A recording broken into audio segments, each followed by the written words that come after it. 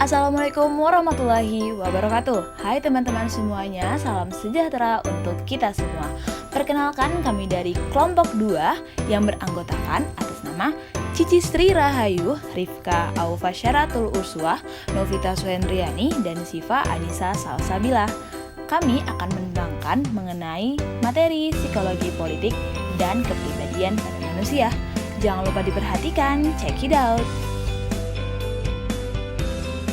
Kepribadian ini ialah bagian dari jiwa yang membangun keberadaan manusia menjadi satu kesatuan. Di samping itu, kepribadian ini juga sering diartikan sebagai ciri-ciri yang menonjol pada diri individu tersebut. Jadi, apa sih pentingnya kepribadian dalam politik itu? Nah, itu untuk memahami pengaruh kepribadian dari pemimpin dan pembuatan keputusan dan konsekuensi dari karakteristik massa dalam keterikatan dengan pemimpin.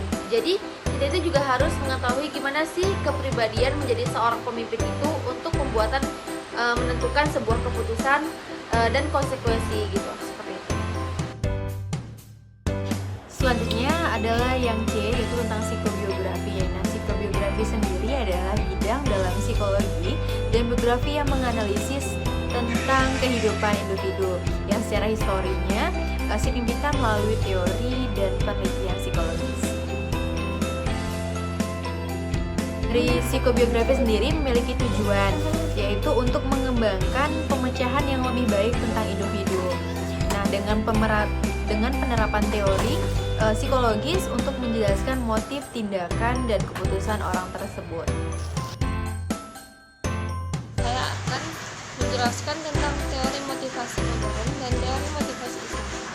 Teori motivasi modern, menurut David McClelland, ada teori 3 kebutuhan, yaitu kebutuhan akan prestasi, yaitu adanya keinginan untuk mencapai tujuan yang lebih baik daripada sebelumnya.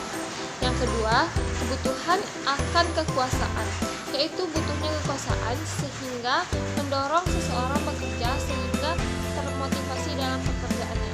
Yang ketiga, yaitu kebutuhan afiliasi, yaitu kebutuhan teori motivasi Islam. Menurut Ibrahim Al-Fiqi, terdapat 3 jenis motivasi. Yang pertama, motivasi hidup. Yang kedua, motivasi eksternal. Yang ketiga, motivasi internal. Yang pertama yaitu motivasi hidup. Misalnya, makan, minum, udara, dan lain-lainnya. Yang kedua yaitu motivasi eksternal. Dari luar diri dapat dimotivasikan oleh orang terdekat, yaitu keluarga, sahabat, para pemimpin di kantor untuk memotivasikan dirinya. Yang ketiga yaitu motivasi internal yang lebih kuat. Motivasinya internal ini biasanya paling kuat dan tahan lama. Dengan motivasi ini akan menuntun kita untuk melakukan. Nah, selanjutnya kita akan membahas mengenai kepribadian otoriter. Siapa nih yang sudah tahu arti dari kepribadian otoriter? Ya, seperti yang sudah kita bahas pada sebelumnya, kepribadian merupakan ciri khas dari seseorang yang membedakan dirinya dengan orang lain. Nah, sedangkan otoriter dari segi bahasa berarti wibawa, kuasa, dan pengaruh. Sehingga definisi yang tepat untuk kepribadian otoriter adalah kepribadian individu yang mementingkan dirinya daripada kepentingan orang lain. Nah, dalam artian, seorang yang memiliki kepribadian otoriter selalu memiliki kuasa untuk menguasai orang di sekitarnya. Nah, seperti itu definisi kepribadian otoriter. Nah, selanjutnya karakteristik kepribadian. Menurut Litter, kepribadian itu terdiri dari 4 karakteristik. Nah, karakteristik yang pertama yaitu adalah karakteristik sanguinis. Nah, karakteristik ini biasanya memiliki kepribadian yang selalu menonjolkan dirinya atau biasa disebut dengan kepopuleran. Nah, kedua adalah karakteristik kepribadian melankolis. Nah, orang-orang yang memiliki kepribadian melankolis cenderung perfeksionis dalam bekerja. Nah, kepribadian yang ketiga merupakan kepribadian koleris. Kepribadian koleris ini memiliki kepribadian yang sangat kuat. Maksudnya ia memiliki jiwa kepemimpinan yang sangat baik. Nah, dia juga menjadi orang yang disiplin dan cukup tegas. Nah, selanjutnya adalah kepribadian pragmatis. Nah, kepribadian ini adalah kepribadian yang menuntut kedamaian. Dia tidak mudah terganggu emosinya karena ada krisis dalam dirinya. Nah, lalu hubungannya karakteristik dengan psikologi politik itu apa sih? Ada yang tahu? Ya, kepribadian dengan psikologi politik hubungannya cukup erat. Kenapa? Karena orang yang memiliki kepribadian yang kuat akan berpengaruh untuk posisi atau kedudukannya dalam dunia politik atau pemerintahan. Nah, dimana seperti yang kita ketahui bahwa dunia politik itu sangat kuat, ya, sangat jelas bahwa orang-orang yang lemah akan cenderung untuk mudah dikuasai. Nah, sebagai contoh saya akan mengambil contoh dekat dengan psikologi politik ini mengenai kepribadian otoriter. Nah, siapa sih di antara teman-teman yang tidak kenal dengan Kim Jong Un? Ya, Kim Jong Un merupakan presiden dari Korea Utara. Nah, Kim Jong Un itu terkenal dengan kejam, rasis, dan otoriternya, bukan?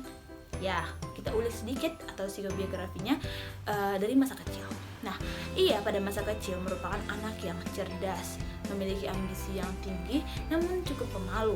Nah, pada saat remaja, ia diajak ayahnya untuk mulai ikut kegiatan militer dan ikut beberapa organisasi yang ada di Korea Utara. Nah, tujuannya untuk membentuk diri Kim Jong Un agar dapat melanjutkan kekuasaan oleh ayahnya. Nah, pada saat ini terbentuklah kepribadian otoriter yang ada dalam diri Kim Jong Un.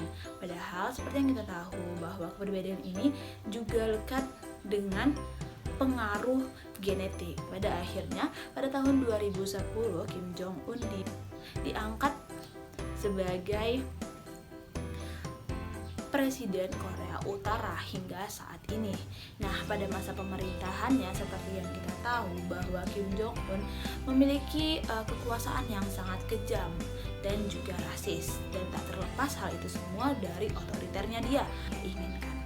Nah, hubungannya apa dengan psikologi politik? Adalah kepribadian otoriter yang ada pada diri Kim Jong Un itu berusaha untuk menguasai masyarakatnya, untuk mengikuti perintah dan aturan yang ada pada dirinya, ia buat untuk negaranya.